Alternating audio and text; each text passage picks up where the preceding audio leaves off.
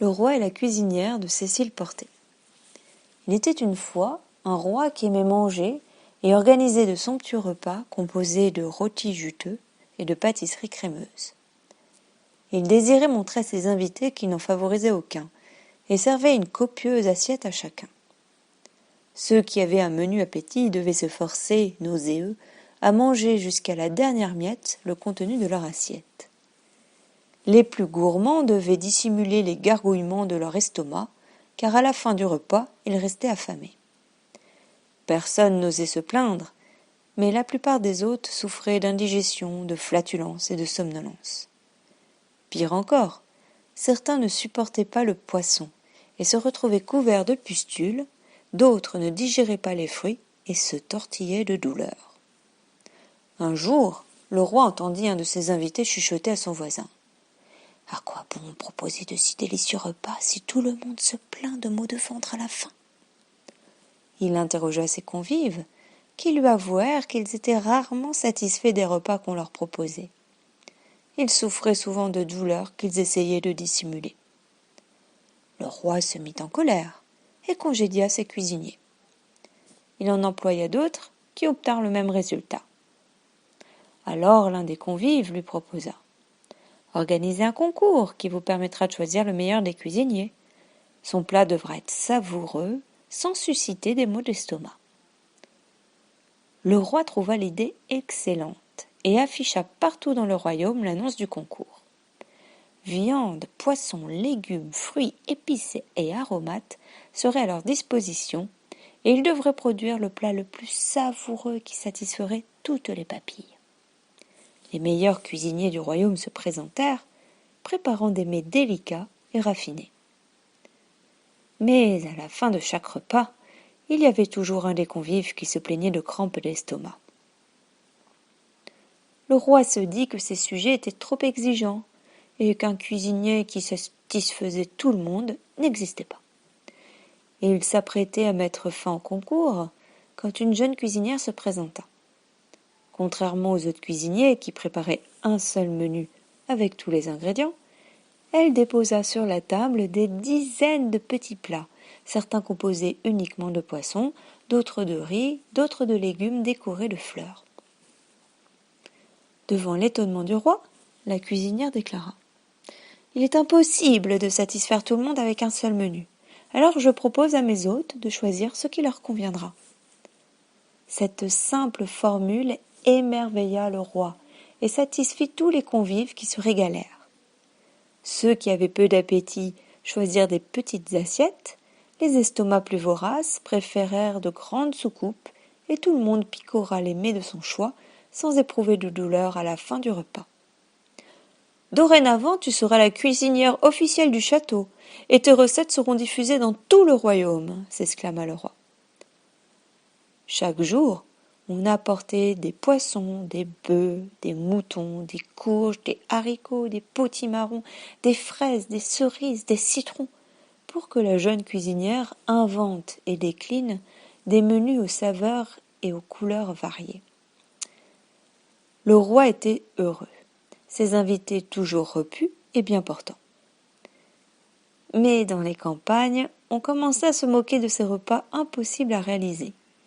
Les villageois s'exclamaient « Mais qui, à part le roi, dispose chaque jour de viande, de poissons, de fruits et de légumes variés, quelle que soit la saison ?» Malheureusement, le pays entra en guerre, et le roi employa toutes ses richesses pour munir ses soldats d'armures et de boucliers. Il ne pouvait plus fournir autant de victuailles à la cuisinière et diminua ses ressources. La cuisinière s'adapta tant et si bien que le roi se dit qu'il pouvait faire davantage d'économies en lui demandant de nourrir tous les gens du château, mais aussi l'ensemble du régiment. Les plats étaient moins variés, mais la créative cuisinière jouait avec les épices et les aromates pour relever et varier les plats. Elle utilisait de plus petites portions de viande et de poisson, utilisait les fans et les épluchures des légumes pour varier les goûts et les consistances, multipliant les cuissons. À la vapeur, grillé, braisé, rissolé, à l'étouffée. Si les ingrédients manquaient, en revanche, les consistances devinrent beaucoup plus variées. Pour les plus gros appétits, elle ajoutait beaucoup de riz. Mais ces différentes cuissons exigeaient beaucoup plus de préparation, et la pauvre cuisinière commençait à se sentir fatiguée. Quant aux convives, ils devinrent de plus en plus exigeants, réclamant chacun à leur tour une cuisson, un ingrédient, une boisson. Comme le roi vit que la talentueuse cuisinière parvenait à cuisiner des plats toujours aussi goûteux, il voulut faire davantage d'économies et supprima la viande. Il lui demanda aussi d'aller chercher elle-même ses ingrédients, car il avait besoin de tous ses sujets pour augmenter son armée.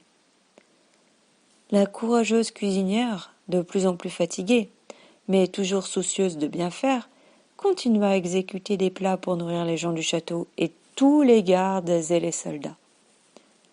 Il y avait maintenant trop de monde à nourrir, mais elle avait juré que personne n'aurait mal au ventre en mangeant ces plats. Alors elle supprima le poisson, qui était trop long à préparer, les légumes, qui nécessitaient une longue cuisson, les fruits, qui étaient trop fatigants à éplucher. Seul le riz était supporté par tout le monde, et elle s'efforçait de l'accompagner de multiples façons pour que chacun soit satisfait. Bientôt il n'y eut plus de commis ni de serviteurs, et elle devait acheter le riz, le cuisiner pour des centaines de personnes et le servir. Pendant les repas, elle passait entre les convives qui lui demandaient « Je veux plus de sel, et moi plus de poivre, je veux du riz avec du safran, et moi je souhaite qu'il soit plus chaud, et moi qu'il refroidisse. » La pauvre cuisinière, de plus en plus épuisée, servait tout le monde, écoutant chaque besoin, mais s'attristait de ne plus avoir le temps de préparer ces jolis plats. Au château, on commença à se plaindre. « Oh, certes, nous n'avons plus mal au ventre, mais quel manque de diversité !» Quand elle entendit cette plainte, la cuisinière fit tomber son plat dans un grand fracas. « Oh, quelle maladroite ! Non seulement ces plats n'ont aucune saveur, mais elle ne sait pas servir. » Alors, excédée par la fatigue et l'ingratitude, la cuisinière rendit son tablier et laissa le roi seul avec ses convives affamés. Enfin libérée de ses incessantes demandes, la créative cuisinière put enfin reprendre son temps, cuisiner ce qu'elle aimait partager, retrouver les couleurs et les saveurs qui s'accordaient si mal avec le profit. Fin. Ce petit conte peut faire écho à de nombreuses situations. À la maison, dans le monde du travail, dans les milieux associatifs, lorsqu'on vous demande de faire toujours plus avec toujours moins de moyens. Vous sentez-vous loin de votre idéal, comme cette audacieuse cuisinière ? Que feriez-vous à sa place ? Quels conseils pourrait-on donner au roi ? N'hésitez pas à partager ce conte, à vous abonner ou à découvrir les autres contes en audio ou sur papier dans Contes des géants et l'envol et autres contes.